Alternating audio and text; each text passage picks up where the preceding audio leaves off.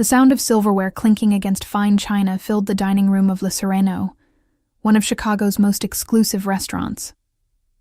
Crystal chandeliers cast warm amber light across white tablecloths, and soft piano music drifted through the air like a forgotten promise.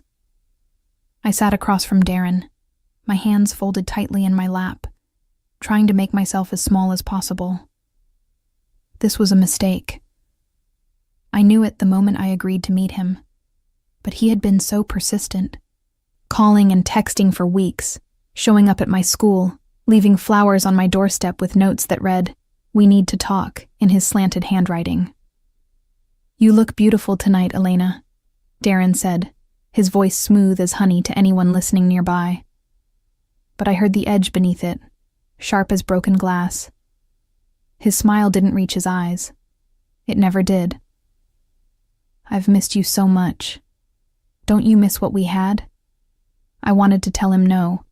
I wanted to stand up and walk away, but my body remembered things my mind tried to forget. The bruises hidden under long sleeves, the late nights crying in the bathroom, the apologies that came with flowers and promises he never kept. Instead, I nodded slightly, my throat too tight to speak. "That's my girl," he murmured, leaning forward.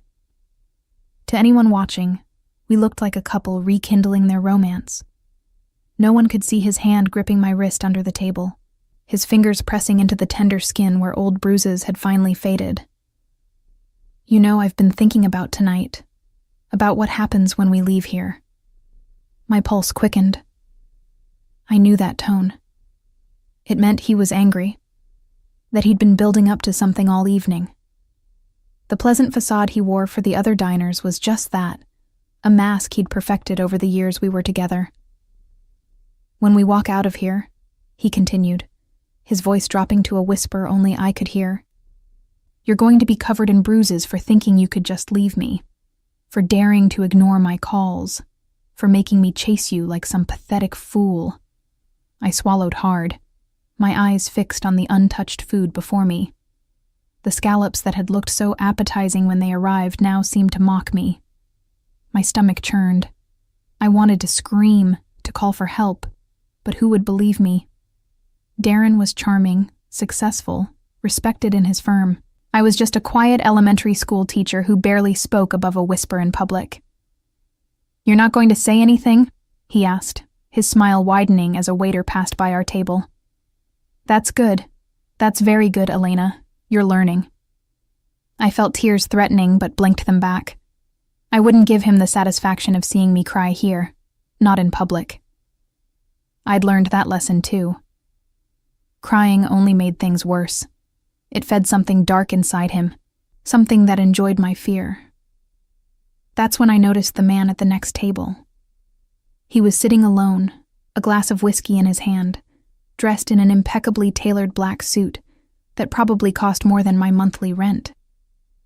His dark hair was slicked back perfectly, and even from the side, I could see the sharp angles of his jaw, the expensive watch glinting on his wrist.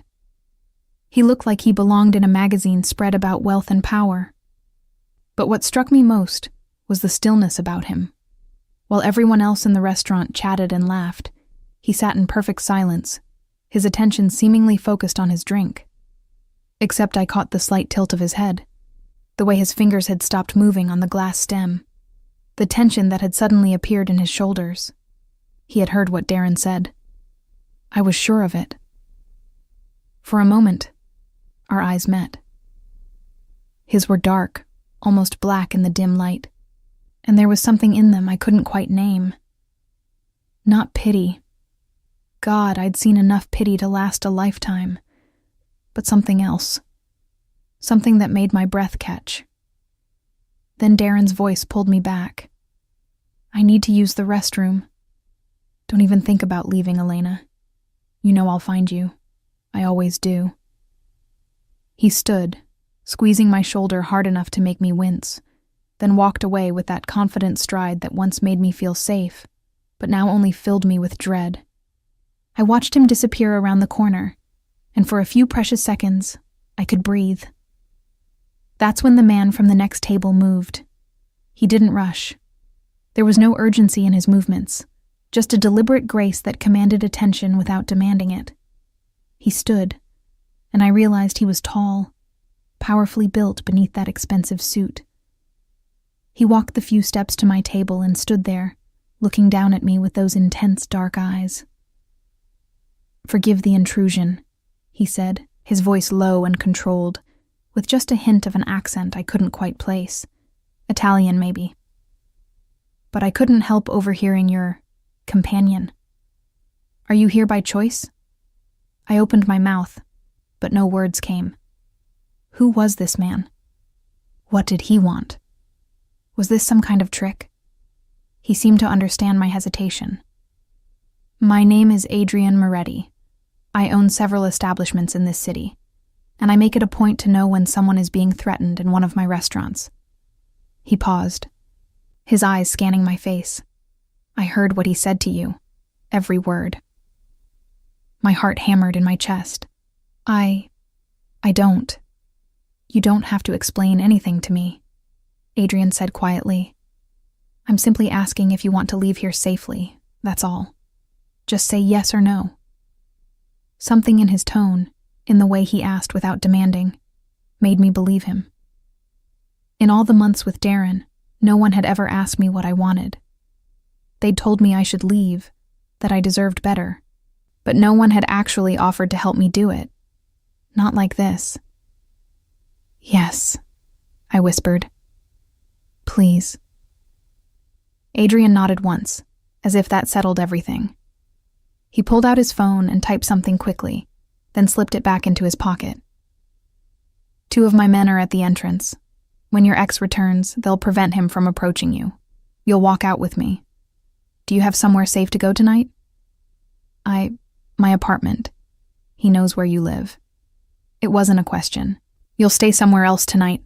I'll arrange it." Before I could respond, Darren returned. The moment he saw Adrian standing by our table, his expression shifted. The mask slipped, revealing the anger beneath. "Who the hell are you?" Darren demanded, his voice rising slightly. Adrian turned to face him, and I watched something incredible happen. Darren, who had terrorized me for so long, actually took a step back.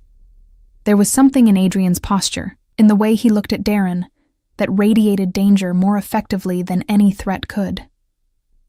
"I'm the man who heard every word you said to this woman," Adrian replied calmly.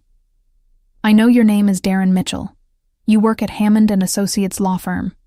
You drive a silver Audi, license plate KLM 4892.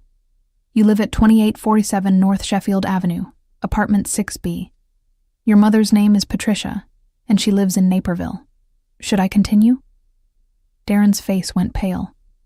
"How do you—" "It doesn't matter how I know," Adrian cut him off. "What matters is that you're going to walk out of this restaurant right now and never contact Elena again. Not a call, not a text, not a surprise visit. Nothing. Do you understand? You can't just—" 2 large men in black suits appeared at Darren's sides. They didn't touch him, didn't say anything, just stood there with the kind of presence that made their purpose clear. "I think you should leave," one of them said quietly. I watched Darren's eyes dart between the men, then to Adrian, then finally to me. For a moment, I saw something I'd never seen before in his expression. Fear. Real fear. "This isn't over," he muttered, but his voice lacked conviction. "Oh, but it is," Adrian replied. "Gentlemen, escort Mr. Mitchell out. Make sure he understands the importance of keeping his distance." The 2 men walked Darren toward the exit. He went without resistance, throwing one last look over his shoulder at me. But this time, there was no threat in it. Only confusion, and something that looked almost like defeat. I sat there, shaking, unable to process what had just happened. In the span of minutes, everything had changed. The man who had controlled my life through fear had been reduced to nothing by someone who barely raised his voice. Adrian sat down in Darren's vacated chair, maintaining a respectful distance. "Are you all right?" I don't understand," I stammered. "Why did you help me? You don't even know me." His expression softened slightly. "I don't need to know you to know that what I heard was wrong. No one deserves to be threatened like that, especially not in my restaurant." "Your restaurant? You said you owned several establishments, but—" "Le Sereno is one of them," he confirmed. "But that's not important right now. What's important is making sure you're safe. Do you have family you can call? Friends?" I shook my head. Darren had isolated me so effectively over the past 2 years that my support system had dwindled to almost nothing. No. There's no one." Adrian studied me for a moment, and I had the unsettling feeling that he could see straight through me, understanding more than I'd said aloud. "Then we'll find you somewhere safe for tonight. Tomorrow we'll figure out the rest. I can't afford—" "You're not paying for anything," he said firmly. "Consider it a service Le Sereno provides to its guests. Now, shall we?" He stood and offered his hand. I hesitated, looking at it. This was crazy. I didn't know this man. For all I knew, I was trading one dangerous situation for another. But something in my gut told me to trust him. Maybe it was desperation, or maybe it was the genuine concern I saw in his eyes, so different from the cold calculation I'd grown used to seeing in Darren's. I took his hand and stood. His grip was firm but gentle, and when he led me toward the exit, I felt something I hadn't experienced in years. Hope. It was fragile and uncertain, like the first green shoot pushing through winter soil. But it was there. As we walked past the other diners, still enjoying their meals and oblivious to the drama that had unfolded, I realized that my life had just shifted on its axis. I didn't know if it was for better or worse yet, but one thing was certain. Nothing would ever be the same again. Adrian Moretti had walked into my nightmare and offered me a way out. Now I just had to be brave enough to take it. The car that waited outside Le Sereno was nothing like I expected. I'd imagined something flashy, maybe a sports car or one of those ostentatious limousines that screamed money. Instead, it was a sleek black sedan with tinted windows, elegant but understated. The driver, another man in a dark suit, opened the back door without a word, his expression professionally neutral. Adrian gestured for me to enter first. I slid across the leather seat, my hands still trembling slightly. He followed, maintaining that careful distance between us, as if he understood that I needed space to process everything that had just happened. The door closed with a soft click that sounded final, like the closing of one chapter and the beginning of another. "Marcus, take us to the Jefferson property," Adrian instructed the driver. Then turning to me, he added, "It's a secure building. The apartment is furnished and empty. You'll have privacy." I nodded, not trusting my voice. Through the window, I watched the Chicago streets slide by, the glittering storefronts, the people walking hand in hand, the life I'd been missing while trapped in Darren's web. It felt surreal, like I was watching a movie of someone else's escape rather than living my own. "You're probably wondering who I am," Adrian said after a few moments of silence. His voice was calm, almost conversational, as if we were discussing the weather rather than the fact that he'd just rescued me from my abusive ex-boyfriend. What I do, why I was able to get rid of him so easily. The thought crossed my mind, I admitted quietly. A ghost of a smile touched his lips. "I run a family business. We have interests in various sectors: restaurants, real estate, security, imports. Some of our methods are unconventional, but I've always believed in a code: protect those who can't protect themselves, especially women and children." He wasn't telling me everything. I could hear it in the careful way he chose his words, in what he left unsaid. But I also heard the truth in his voice. He did believe in protecting people. And right now, that was enough. "I don't have money to pay you back for any of this," I said, needing him to understand. I'm just a teacher. I barely make enough to cover my rent and student loans." "I told you, you're not paying for anything," Adrian replied firmly. "This isn't a debt, Elena. It's simply the right thing to do." The way he said my name, with a slight softening of his accent on the vowels, made something flutter in my chest. I pushed the feeling down. This wasn't the time for whatever that was. "How did you know all that information about Darren?" I asked. "You rattled off his address, his license plate, everything so quickly." Adrian pulled out his phone and showed me a text message. It was from someone labeled Marco, and contained every detail he'd recited to Darren, time-stamped just minutes after Adrian had excused himself from his table. "I have resources. When I saw you sitting there, saw the fear in your eyes, I had a feeling I might need information quickly.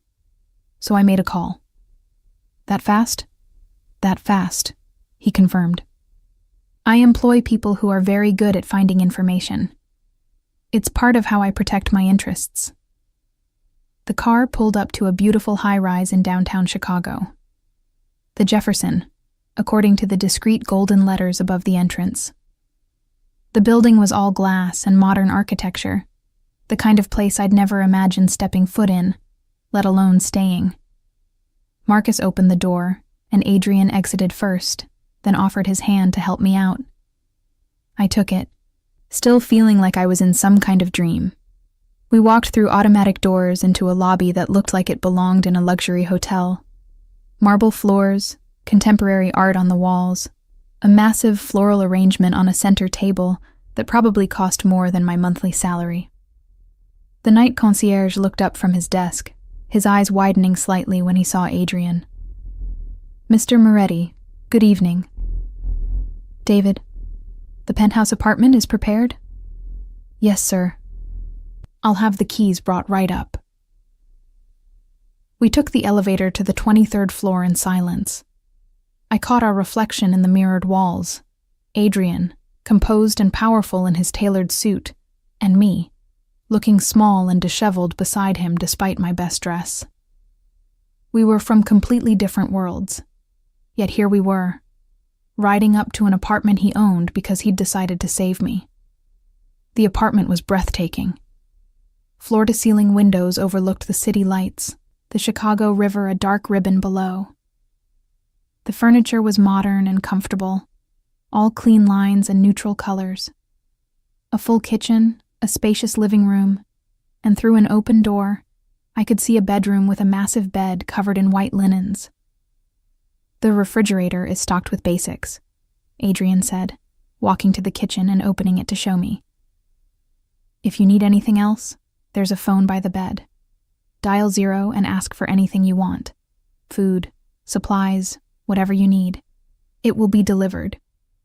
I stood in the middle of the living room, feeling overwhelmed. "This is too much.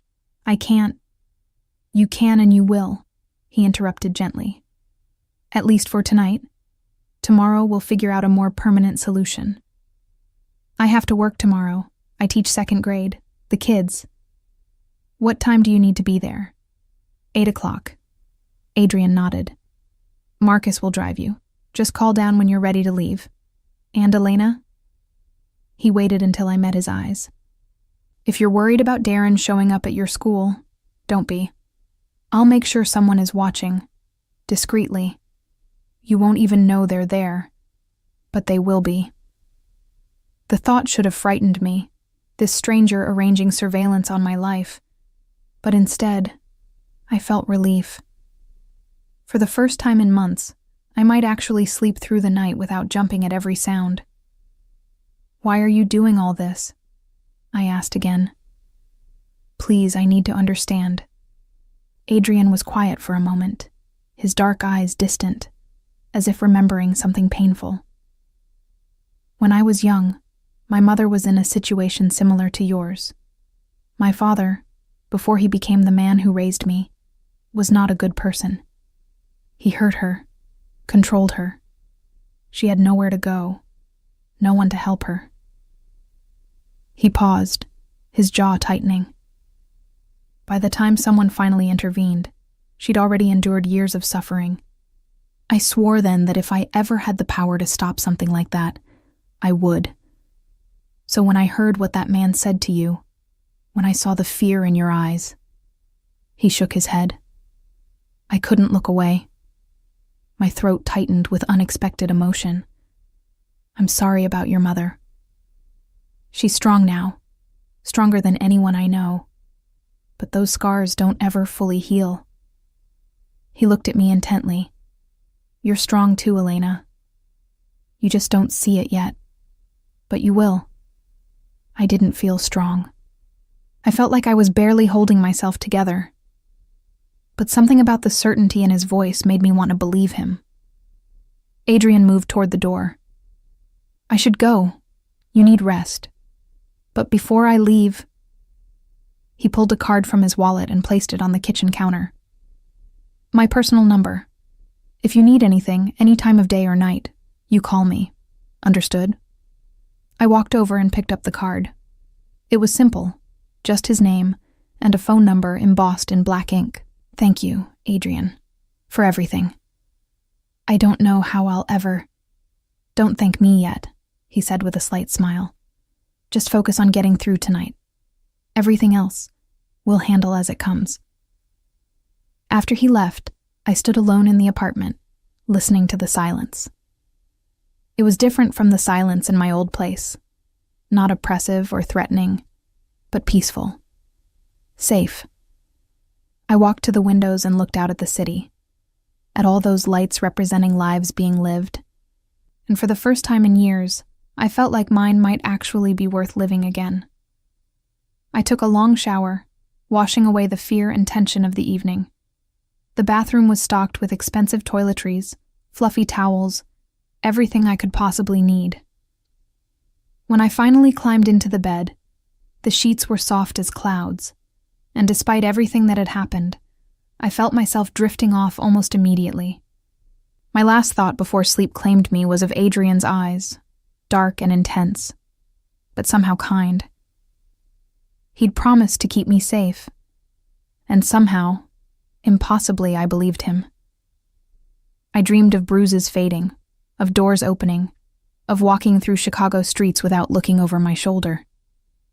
When I woke in the morning to sunlight streaming through those massive windows, I realized it was the first night in months that I hadn't had a nightmare. Maybe Adrian Moretti had given me more than just a safe place to sleep. Maybe he'd given me back something I thought I'd lost forever. The ability to hope. The morning sunlight transformed the apartment into something even more beautiful than it had seemed the night before. I woke slowly, confused at first by the unfamiliar surroundings, then remembered everything in a rush. Darren's threats, Adrian's intervention, this safe haven high above the city. For a moment I lay there, simply breathing, marveling at the fact that I'd slept through the entire night without waking in a panic. My phone, which I'd plugged in before falling asleep, showed 7 missed calls from Darren and a string of increasingly angry text messages. I deleted them without reading most of them, then blocked his number entirely.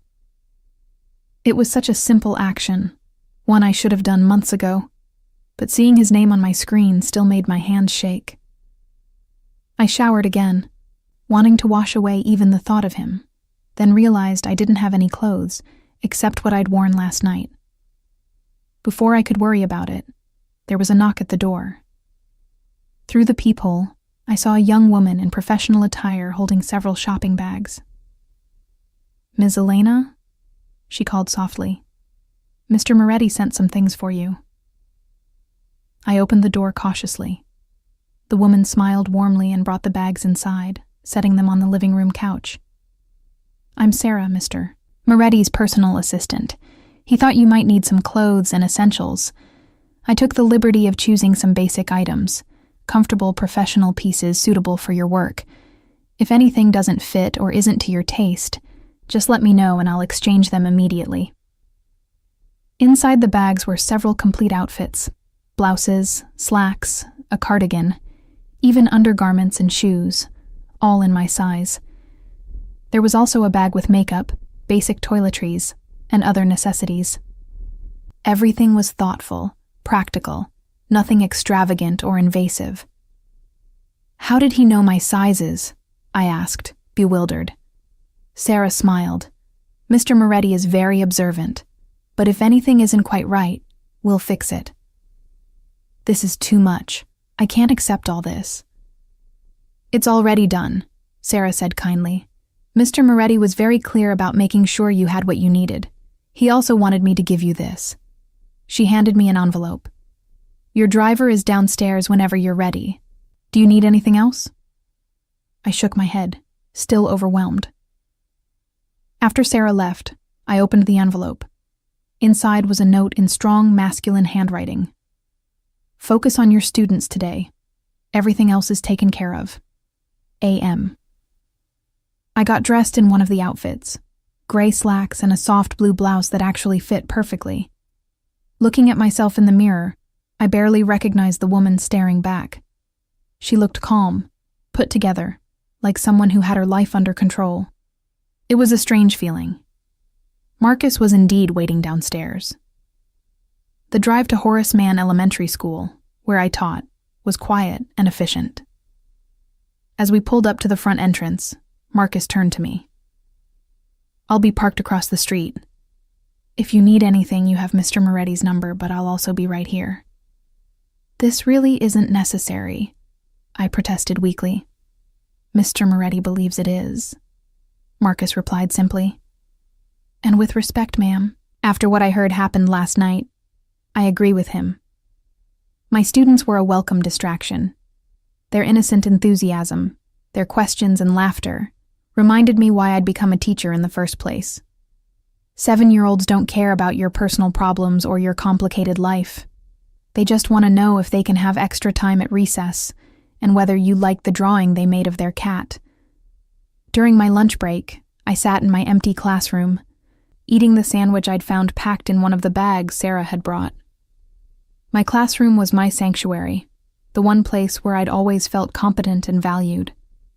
The walls were covered with student artwork, alphabet charts, and motivational posters. On my desk sat a photo of my parents, who'd passed away in a car accident 5 years ago, before Darren, before everything fell apart. My phone buzzed with a text from an unknown number. "How is your day going? Adrian." I stared at it, unsure how to respond. Finally, I typed, "Good. Thank you for everything this morning. It was too much, but I'm grateful." His response came quickly. "Not too much. Just enough. Are you comfortable?" "Yes. My driver is very professional. Marcus is one of my most trusted people. You're safe with him. A.M." I found myself smiling at the way he signed his texts, formal even in this casual medium. Before I could overthink it, I typed, "Can I ask you something?" "Anything. What do you get out of this? I know you said it's the right thing to do, but there has to be more to it." The response took longer this time. Honestly, I don't know. When I heard him threaten you, something in me just decided. Maybe it's because I've seen too much cruelty in my life, and I'm tired of looking away. Or maybe it's because when you looked at me last night, I saw someone who deserved better than what she was getting. Does that answer your question? I think so. Thank you for being honest. I'll always be honest with you, Elena. That's a promise. The rest of the school day passed in a blur. When the final bell rang and my students scattered, I found myself reluctant to leave the safety of my classroom. But Marcus was waiting, patient and professional, and I knew I couldn't hide here forever. On the drive back to the apartment, I made a decision. "Marcus, can you take me to my old apartment first? I need to get some of my things." He glanced at me in the rearview mirror. "Mr. Moretti would want me to check with him first, ma'am." "Please, it's my apartment, my things. I can't just abandon my whole life. I need clothes, my books, my life is in that apartment." Marcus was quiet for a moment, then pulled over and made a call. I couldn't hear what he said, but after a brief conversation, he nodded. Mr. Moretti says I'm to accompany you inside and that we don't linger. He's sending additional support as backup. By the time we reached my building, a modest 3-story walk-up in a decent but unremarkable neighborhood, another car was already there. 2 more men in dark suits got out, and I realized this was what Adrian's world looked like. Protection, security, people trained to handle threats I'd never even considered before Darren. My apartment felt foreign now, though I'd lived there for 3 years. It seemed smaller, darker, filled with memories I wanted to forget. The men stayed by the door while I quickly gathered clothes, books, my laptop, and a few sentimental items. My mother's jewelry, photos, my favorite coffee mug that my students had decorated as a gift. I was packing the last of my things when I heard voices in the hallway. My blood ran cold. I knew that voice. Darren. I told you, I'm her boyfriend. She probably just left her keys inside. If you'd just let me... Sir, you need to leave. Now. That was Marcus, his voice hard and unyielding. Who the hell are you? Elena! Elena, I know you're in there. We need to talk. I froze, my hands clutching a sweater I'd been folding. The other 2 men had moved into position, blocking the doorway. Marcus spoke again, louder now. Mr. Mitchell, you were warned to stay away. You're violating that warning. Violating? You can't legally keep me from seeing my girlfriend. Ex-girlfriend, I called out, surprising myself with the strength in my voice. And you need to leave, Darren. Right now. There was a moment of silence. Then Darren's voice changed, became the wheedling tone I knew too well. Baby, please, I just want to talk. I'm sorry about last night. I had too much to drink. You know I didn't mean those things. Yes, you did. I walked to the doorway, standing behind Marcus but visible. You meant every word. And I'm done, Darren. We're done. Don't call me, don't text me. Don't come to my school or my home. If you do, I'll get a restraining order. His expression darkened. You think you can just walk away? You think some hired muscle is going to protect you forever? I know people too, Elena. I'm a lawyer. I can make your life hell. Actually, a new voice said from down the hallway, I think you'll find that's not possible. Adrian appeared, walking toward us with that same controlled grace I'd seen at the restaurant. He was dressed more casually today, dark jeans and a black button-down, but he still carried that aura of authority. Mr. Mitchell, we meet again. I thought I made myself clear last night. You have no right.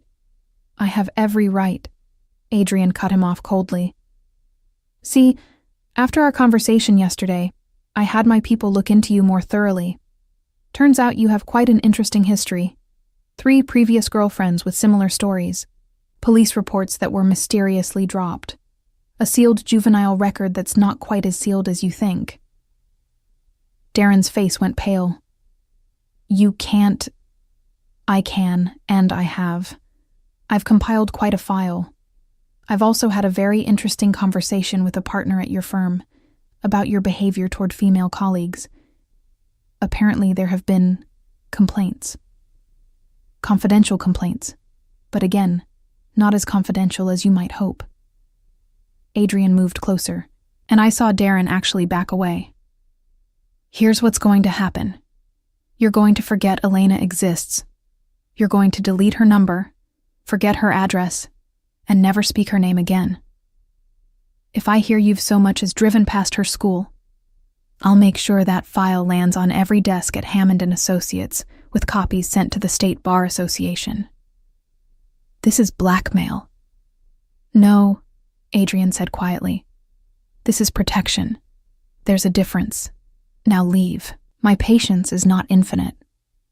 The 2 men moved forward, and Darren finally seemed to understand that he was outmatched. He looked at me one last time, and I saw something in his expression that chilled me.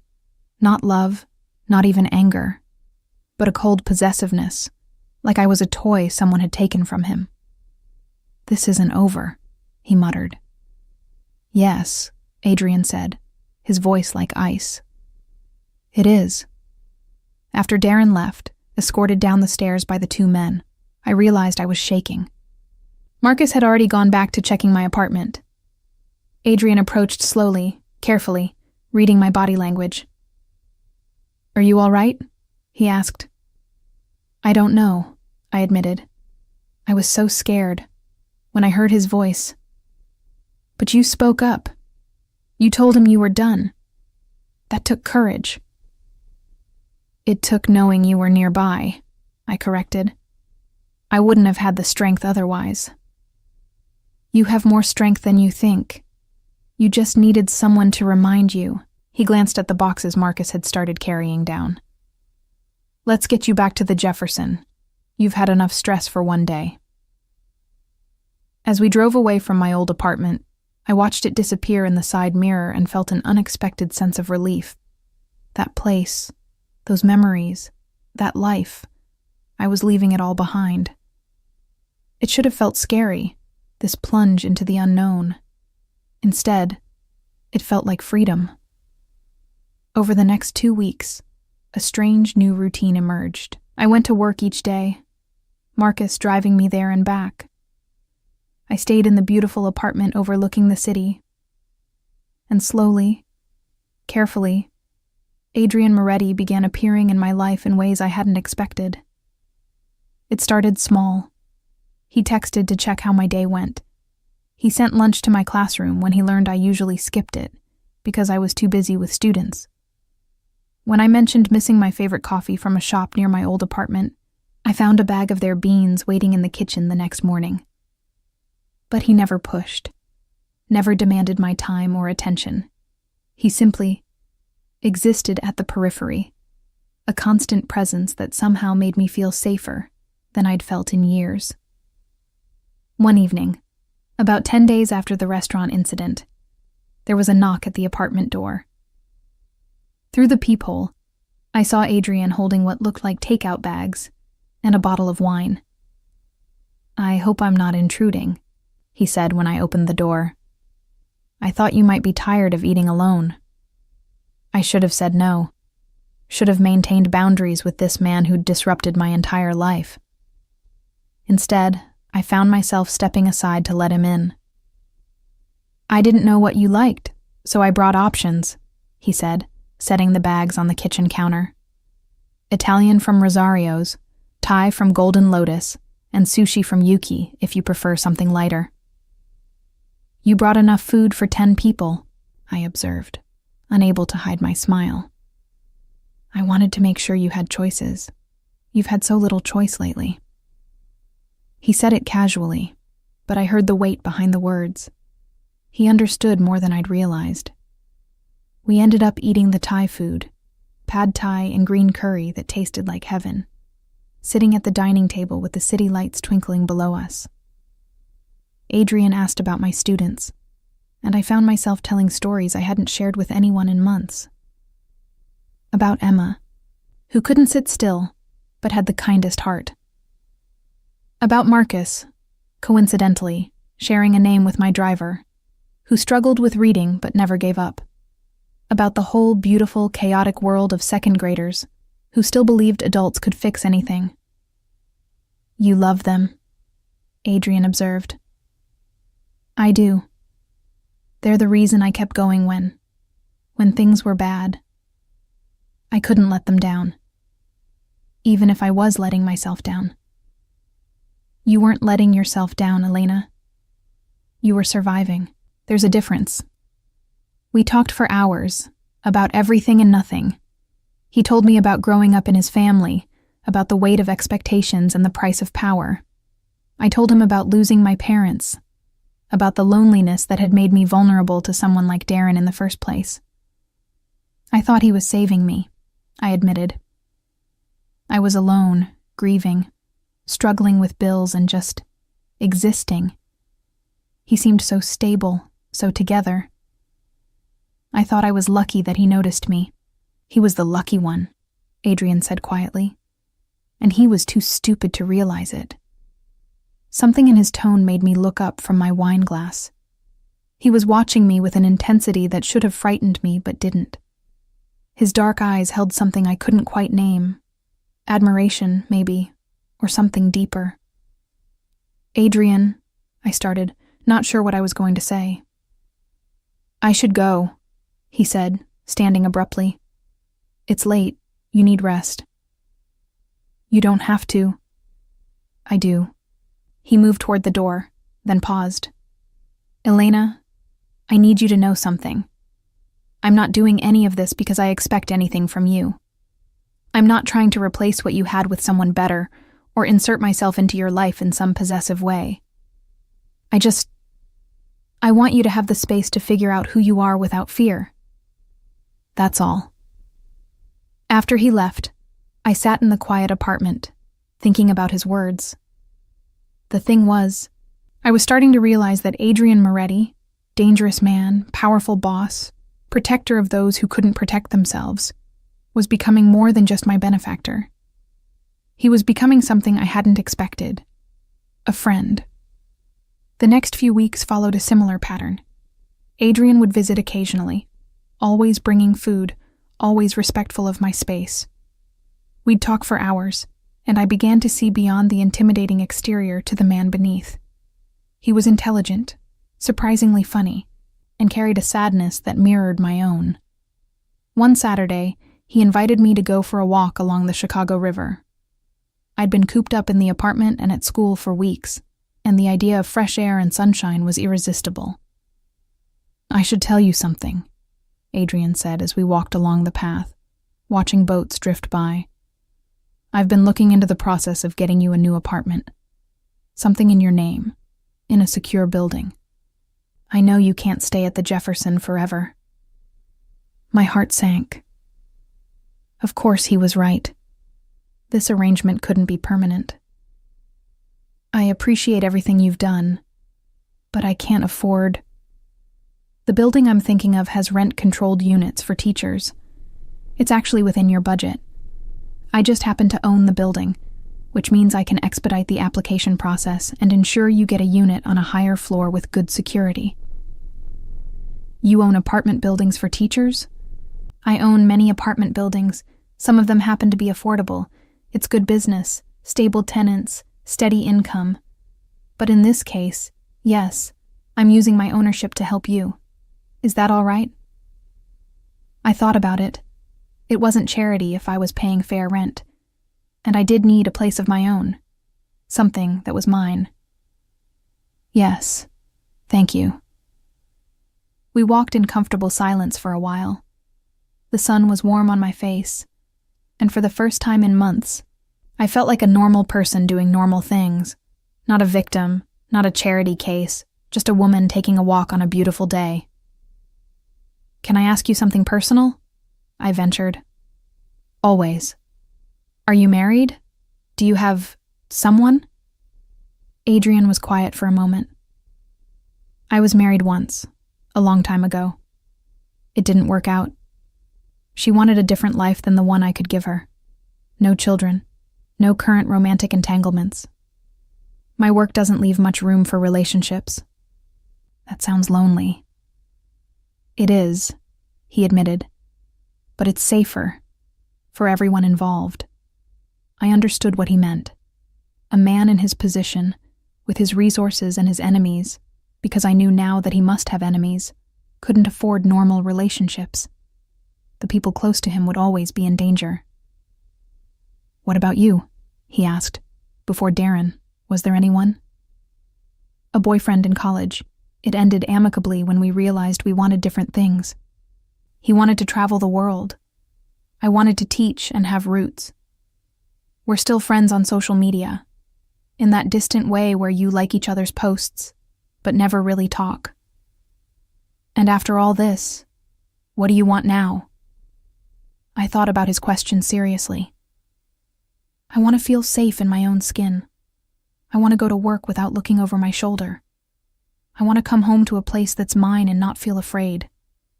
I want to remember who I was before Darren and figure out who I can be after him." "You'll get all of that," Adrian said with certainty. "I'll make sure of it. You can't protect me forever, No, he agreed. But I can protect you long enough for you to learn to protect yourself. A month after that night at Le Sereno, I moved into my new apartment. It wasn't as luxurious as the Jefferson penthouse, but it was perfect. A one-bedroom unit on the 8th floor of a well-maintained building in a safe neighborhood. I could afford the rent. I had a doorman, and the windows had actual locks that worked. It was mine. Adrian helped me move in, along with Marcus and Sarah. They brought furniture I'd selected, helped me arrange everything, and by evening, it looked like a real home. My books on the shelves, my mother's paintings on the walls, my favorite coffee mug in the kitchen cabinet. It's perfect, I said, looking around at my new space. It's a good start, Adrian replied. He stood by the window, looking out at the neighborhood. The school is only 15 minutes away. There's a grocery store 2 blocks down, a park 3 blocks over. The building has good security, and I have people in the area, though you won't notice them. Adrian, I need to be able to live my life without... I know. He cut me off gently. And you will. But give me a few more months, just until I'm sure he's really gone. Darren had been silent since that day at my old apartment. No calls, no texts, no surprise appearances. Either Adrian's threat had worked, or Darren was biding his time. Either way, I wasn't taking chances. That night, after everyone left, I sat in my new living room and felt something I hadn't felt in years. Pride. This apartment, this space, this life I was slowly rebuilding. It was mine. I'd survived, and now I was beginning to thrive. My phone buzzed with a text from Adrian. Sleep well in your new home. You've earned it. I smiled and replied, Thank you. For everything. I mean it. The pleasure is mine. Seeing you smile today, it was worth every effort. I stared at that message for a long time, my heart doing something complicated in my chest. Adrian Moretti had started as my savior, become my friend, and was now something I was afraid to name. Because naming it would make it real, and making it real would mean facing the fact that I was developing feelings for a man whose world was so different from mine that it might as well be another planet. But as I turned off the lights and climbed into my new bed, I couldn't help smiling. Whatever this was between us, whatever it was becoming, it felt right. For the first time since my parents died, I felt like I wasn't facing life alone. And that, I realized, was a gift more precious than any penthouse apartment or security detail. Adrian Moretti had given me back something I thought I'd lost forever, the ability to trust again. Spring arrived in Chicago with its usual dramatic flair. One day gray and cold, the next suddenly green and alive. It had been 3 months since that night at Le Sereno, and my life had transformed in ways I was still struggling to comprehend. I woke up each morning in my apartment without fear. I went to work and actually enjoyed teaching again. I'd even started seeing a therapist, something Adrian had quietly arranged through his insurance connections, though I paid for it myself because I needed that independence. But the biggest change was Adrian himself. What had started as occasional check-ins had evolved into a genuine friendship, and if I was being honest with myself, something more. He came by my apartment once or twice a week, always calling first, always bringing something, coffee, dinner, books he thought I'd enjoy. We'd talk for hours, about everything from philosophy to the absurdities of second graders, to his complicated relationship with his family's business. I'm trying to shift things, he told me one evening, as we sat on my small balcony, watching the sunset paint the sky in shades of orange and pink. Move more of our operations into legitimate businesses, real estate, restaurants, import and export that doesn't involve anything questionable. But it's slow. There are expectations, traditions, people who resist change. It sounds exhausting, I observed. It is, but it's necessary. I don't want to be the man my grandfather was, or even the man my father was. I want to build something that doesn't require looking over my shoulder constantly. Is that possible? In your world? He smiled, but it was tinged with sadness. I don't know, but I'm going to try. Maybe having a reason to try helps. The way he looked at me when he said it made my breath catch. We'd been dancing around this thing between us for months, never quite acknowledging it, never quite looking away from it either. Adrian, I started, but he shook his head. You don't have to say anything, Elena. I know this is complicated. I know you're still healing, still figuring out who you are outside of what happened with Darren. I don't want to rush you or push you into something you're not ready for.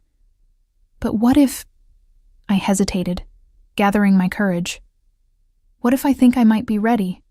Not for anything serious or fast, but just... ready to see where this goes? His expression transformed. Hope, joy, and something deeper flickered across his face. Then we take it slow. We keep doing exactly what we're doing. We see each other, we talk, we let this develop naturally. No pressure, no expectations.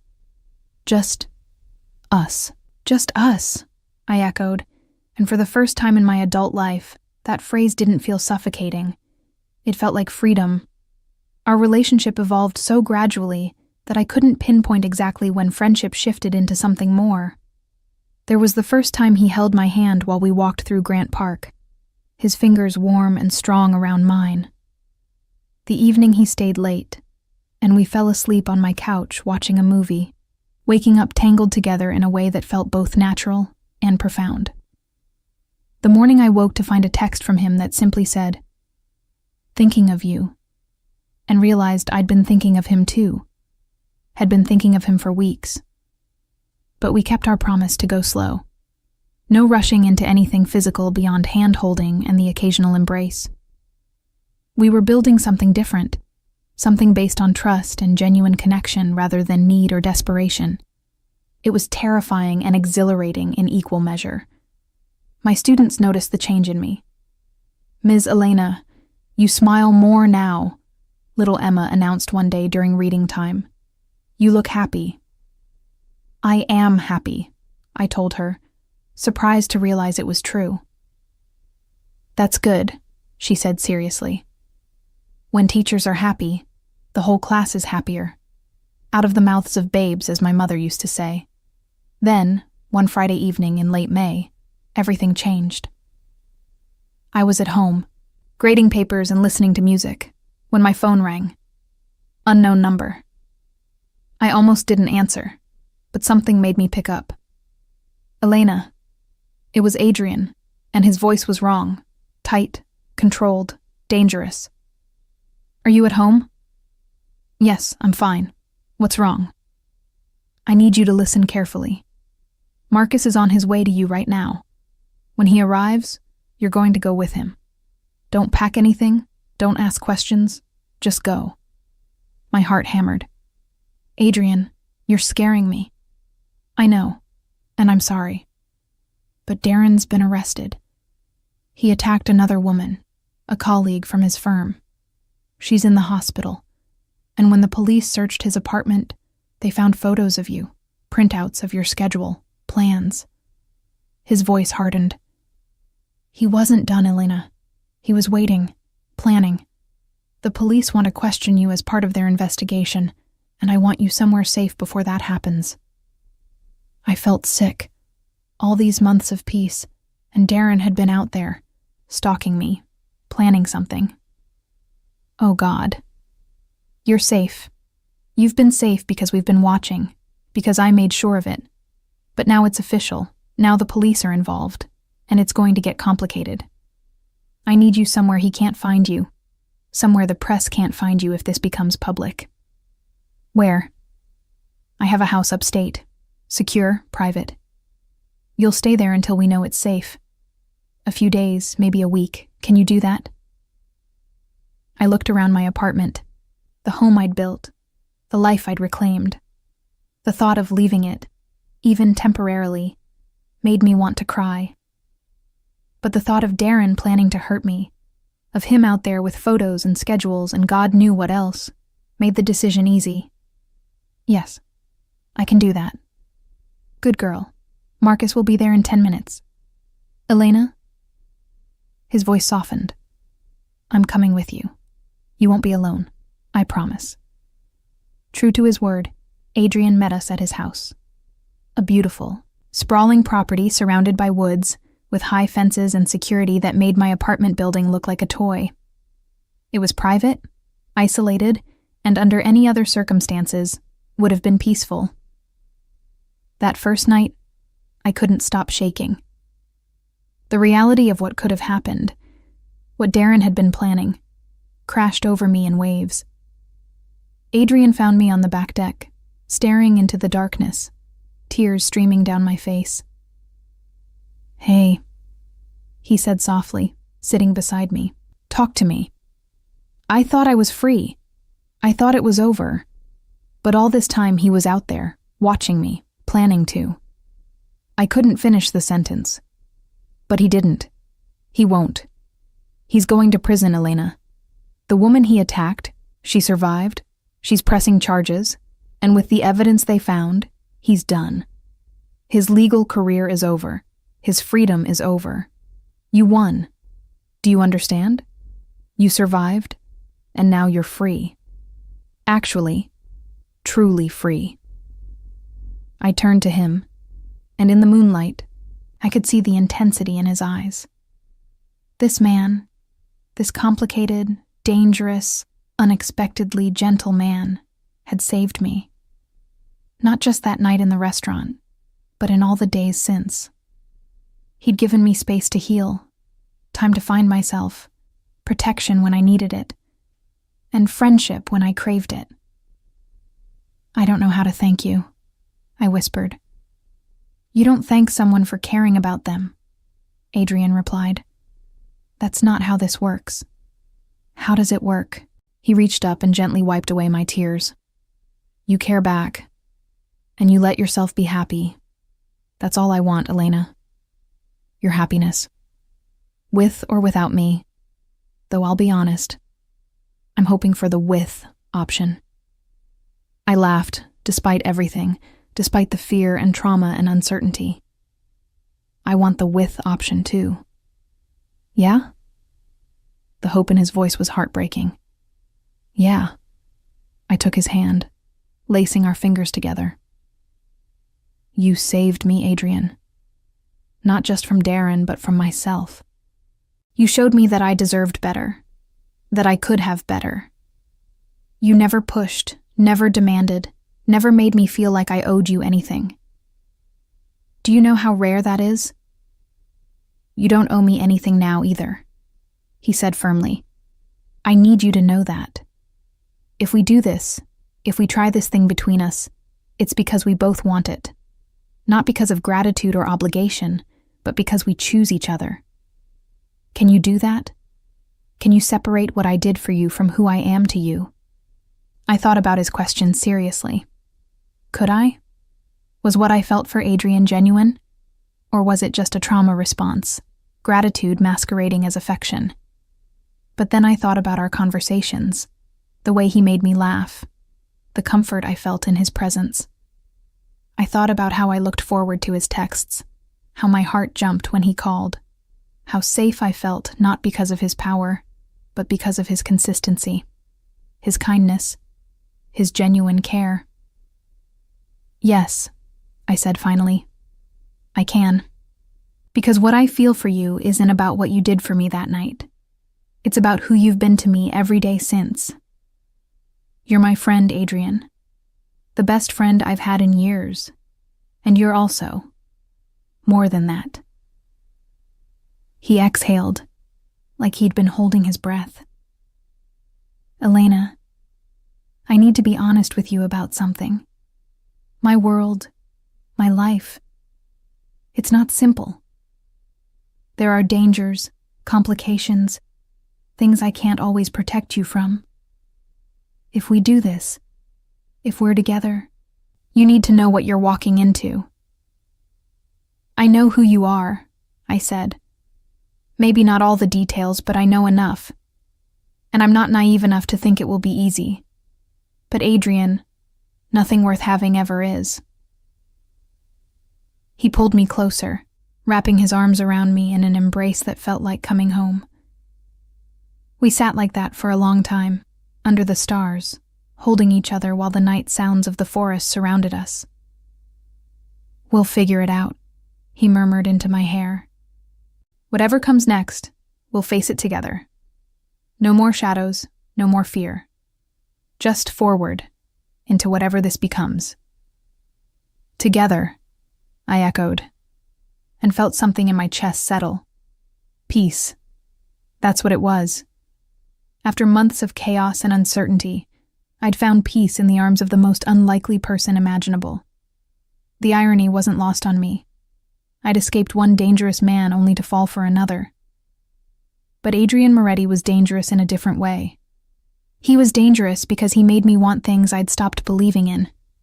Love. Partnership. A future that didn't revolve around fear. As we sat there in the moonlight, I realized that trauma and healing aren't linear.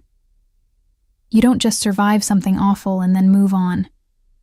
You carry it with you, but you also get to choose who helps you carry it. And I'd chosen Adrian, just as he'd chosen me. Whatever came next, whatever challenges we'd face, I knew we'd face them together, and for now, that was enough. The week at Adrian's upstate house passed in a strange bubble of time. The police came to take my statement, detailing every threat Darren had made, every instance of abuse I could remember. It was painful, dragging up memories I'd tried to bury, but Adrian sat beside me through all of it, his presence a steady anchor. The detective handling the case, a woman named Rodriguez, was kind but direct. "Ms. Elena, I want you to understand something. With the evidence we found, combined with your testimony and the victim from this recent attack, Darren Mitchell is going away for a long time. Multiple charges: assault, stalking, violation of protective measures. His lawyer friends can't save him this time." "What about the woman he hurt?" I asked. "She's recovering. Physically, she'll be okay. Emotionally." Detective Rodriguez sighed. "That takes longer, as you know. But she's brave. She's pressing charges, cooperating fully." She said knowing there was another victim made her feel less alone. After the detective left, I sat on the back deck, processing. Another woman had been hurt because I'd gotten away. The guilt of that was crushing. "Stop," Adrian said, sitting beside me. He'd learned to read my expressions over these months. "I know what you're thinking, and you need to stop. You are not responsible for what Darren did to that woman. He is. His choices, his violence, his sickness. That's on him, not you." "But if I'd reported him earlier..." "He would have talked his way out of it," Adrian interrupted. "You know he would have. He had connections, money, a clean record. They would have dismissed it as a relationship dispute. Don't do this to yourself, Elena. Don't let him take anything else from you." I knew he was right, but knowing and feeling are different things. It would take time to fully believe it. That night, unable to sleep, I found Adrian in his study, working on something on his laptop. He looked up when I appeared in the doorway, his expression immediately concerned. "Can't sleep." "Too much in my head. Can I stay with you for a while?" "Always." He closed the laptop and patted the couch beside him. I curled up next to him, and he wrapped an arm around me, pulling me close. We sat like that in comfortable silence, and gradually I felt my racing thoughts begin to slow. "Tell me something good," I requested, "something that has nothing to do with any of this." Adrian thought for a moment. "My sister is getting married in September. She's been planning this wedding for 2 years, and she's driving everyone crazy with the details. Last week, she called me in a panic because the florist mixed up her order and sent peonies instead of roses. I had to spend 20 minutes calming her down and reminding her that flowers are flowers." I smiled. "I didn't know you had a sister." "Isabella. She's 5 years younger than me, works as a pediatric surgeon, and has absolutely no idea what I really do for a living. She thinks I'm a boring real estate developer who owns restaurants. She doesn't know. I've kept her separate from the family business since she was young. Sent her to different schools, made sure she had a normal life. She's the one good thing our family produced, and I wasn't about to let her get dragged into the darkness. I heard the love in his voice, the protectiveness. She sounds wonderful. She is. You'll meet her someday if you want. Though I warn you, she'll ask a million questions and probably plan our entire future within 5 minutes of meeting you. The casual way he mentioned our future made my heart skip. We'd been dancing around this thing between us, but he just acknowledged it so simply, like it was a given, like we had a future together. I'd like to meet her, I said softly. Good, because I'm terrible at family events alone, and I could use the moral support. We talked for hours that night, about his family, my memories of my parents, our childhoods, our dreams. It was the kind of conversation that strips away pretense and leaves you bare. Honest, connected in ways that go beyond the surface. At some point, I must have fallen asleep, because I woke up in Adrian's bed, fully clothed, tucked carefully under the covers, with a note on the nightstand. You fell asleep on the couch. Didn't want to wake you, but couldn't let you stay there all night. I'm downstairs if you need me. A. The gesture was so typically Adrian, considerate, respectful, caring. I lay there for a moment looking around his bedroom. It was masculine but comfortable, with books on the nightstand and photos on the dresser. I got up and looked at them. A younger Adrian with an elderly couple who must have been his grandparents. Him with a beautiful dark-haired woman who had his smile, Isabella presumably. A few others I didn't recognize. No photos of his ex-wife, I noticed. Whatever that relationship had been, he'd left it firmly in the past. I found him in the kitchen, making coffee and eggs. "Good morning," he said, smiling when he saw me. "I hope you don't mind that I moved you.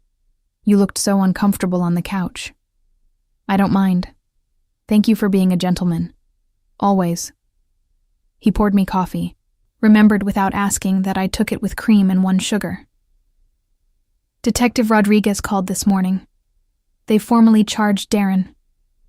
His bail hearing is this afternoon, but she doesn't think he'll get bail given the severity of the charges and the flight risk." Relief washed over me. "So it's really over?" "It's really over. You can go home, back to your life, back to your students. He can't touch you anymore. Home, my apartment, my classroom, my routine. I'd been here less than a week, but somehow it felt like longer. This place, with Adrian, had become its own kind of sanctuary. "When will you go back to the city?" I asked. "Whenever you're ready. I've been working remotely, so there's no rush. Unless you need space? Need to process all of this alone?" Did I? A week ago, I would have said yes. I'd been so focused on rebuilding my independence, on proving I could stand on my own, but I was learning that independence and connection weren't mutually exclusive.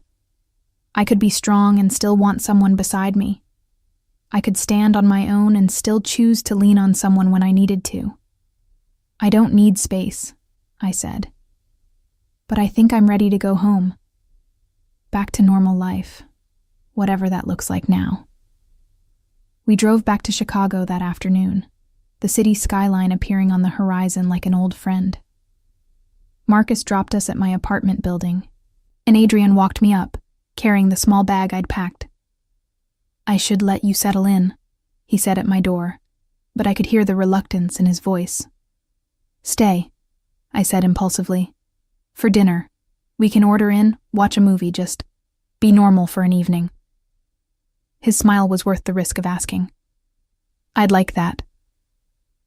We ordered Thai food again. It had become our thing, apparently, and settled on the couch with a movie neither of us really paid attention to. Instead, we talked, laughed, and somewhere between the main course and dessert, Adrian took my hand. Elena, I need to say something, and I need you to really hear me.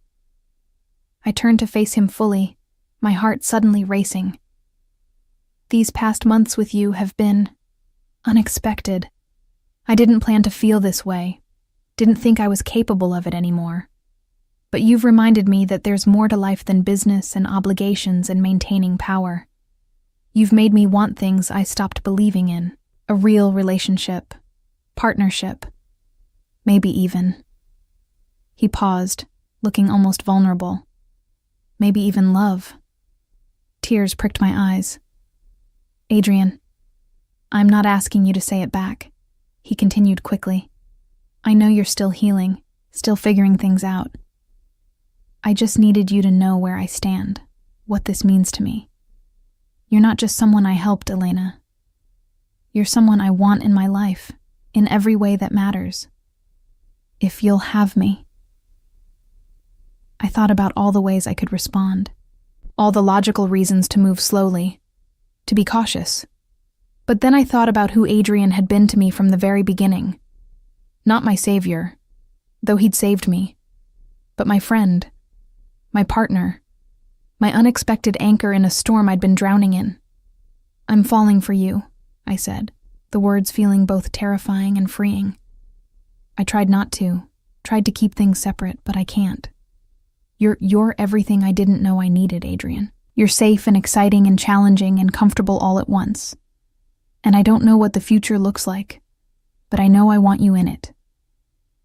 He cupped my face in his hands, his touch gentle. Can I kiss you? I've been waiting for you to ask. The kiss was soft, careful, full of promise rather than demand. It tasted like possibility, like second chances, like everything that had gone wrong somehow leading to this one perfect moment. When we pulled apart, we were both smiling. Well, Adrian said, his voice slightly breathless. That was worth the wait. I laughed, feeling lighter than I had in years. What happens now? Now we figure it out together. No rushing, no pressure. We date like normal people, or as normal as we can be, given who I am. We see where this goes. And whenever you need space or time or just to slow down, you tell me. Deal? Deal. He stayed that night, sleeping on my couch despite my half-hearted protests that he could take the bed. But when I woke in the middle of the night from a nightmare, Darren, his threats, the fear, Adrian was there within seconds, holding me until the shaking stopped. I've got you, he murmured. You're safe. He can't hurt you anymore. And for the first time, I truly believed it. The months that followed weren't always easy. I had moments of panic, times when intimacy felt frightening, days when the trauma resurfaced and threatened to pull me under. But Adrian was patient, never pushing, always there when I needed him and giving me space when I didn't. We built something real, something based on trust and genuine affection rather than need or crisis. He met my colleagues at a school fundraiser and charmed them all. I met Isabella, who indeed asked a million questions and started planning our wedding before our entrees arrived at dinner. We navigated the complexities of his world, the family obligations, the business decisions, the occasional reminder that Adrian Moretti was not just the man who brought me coffee and made me laugh, but someone powerful and in certain circles feared. But he was also the man who showed up to my classroom's holiday party dressed as Santa Claus because I mentioned we couldn't find anyone. The man who learned to make my favorite pasta dish from scratch because he knew I missed my mother's cooking. The man who, on the anniversary of that night at Le Sereno, took me back to the restaurant and proposed at the same table where we'd first met. I know it hasn't been that long, he said, the ring box open in his hand. And I know you might want more time. But Elena, I've never been more certain of anything in my life. You're it for me. The person who made me believe in goodness again, who reminded me that power without compassion is worthless. I love you. Will you marry me? Through happy tears, I said yes. Not because he'd saved me from Darren, though he had. Not because I felt obligated or grateful, though I was both, but because Adrian Moretti had become my partner, my best friend, my unexpected love story in the middle of what should have been my darkest chapter. Darren Mitchell was sentenced to 12 years in prison. The trial was difficult. I had to testify, had to relive everything. But with Adrian beside me and Detective Rodriguez's support, I got through it. The woman Darren had attacked was there too, and afterward, we spoke briefly. "Thank you," she said, "for being brave enough to come forward. I know it wasn't easy." "Thank you," I replied, "for pressing charges, for making sure he couldn't do this to anyone else." Now, we weren't friends. The circumstances were too awful for that. But we understood each other. We were survivors, moving forward into lives that Darren Mitchell no longer controlled. On a sunny afternoon in September, I stood in a garden surrounded by flowers and friends, wearing a simple white dress and holding a bouquet of peonies. Isabella's flower mix-up had actually been perfect. Adrian stood at the end of the aisle in a black suit, looking at me like I was the only person in the world. As I walked toward him, I thought about that night at Le Sereno, how terrified I'd been, how hopeless everything had seemed. I thought about the man who'd overheard a threat and decided to act, who'd given me safety when I needed it most, who'd become so much more than my protector. "Hi," Adrian said when I reached him, his voice full of emotion. "Hi," I replied, smiling through happy tears. The ceremony was beautiful, the vows heartfelt. But what I remember most was the moment after, when Adrian pulled me close and whispered, "Thank you for giving me a reason to be better. Thank you for choosing me. Thank you for seeing me when I couldn't see myself," I whispered back. "Thank you for reminding me what love should look like." And as we walked back down the aisle together, hand in hand, I realized that sometimes the worst moments of our lives lead us exactly where we need to be. Darren's threats had brought me to that restaurant. Fear had kept me in that seat. But courage, my courage, and Adrian's intervention, had started something neither of us expected. Love doesn't always arrive the way we think it will. Sometimes it comes in the middle of trauma, wearing an expensive suit and speaking with quiet authority. Sometimes it comes from the most unlikely person, at the most impossible time, changing everything we thought we knew about ourselves and what we deserved. Adrian Moretti had saved me that night. Yes. But more than that, he'd shown me I was worth saving. And in learning to love him, I'd learned to love myself again too. That's the real happy ending. Not that I found someone powerful to protect me, but that I found someone who helped me remember my own power. Not that he rescued me, but that he gave me the space and support to rescue myself. And together, we built something beautiful from the ashes of what should have destroyed me. That's not just survival. That's victory.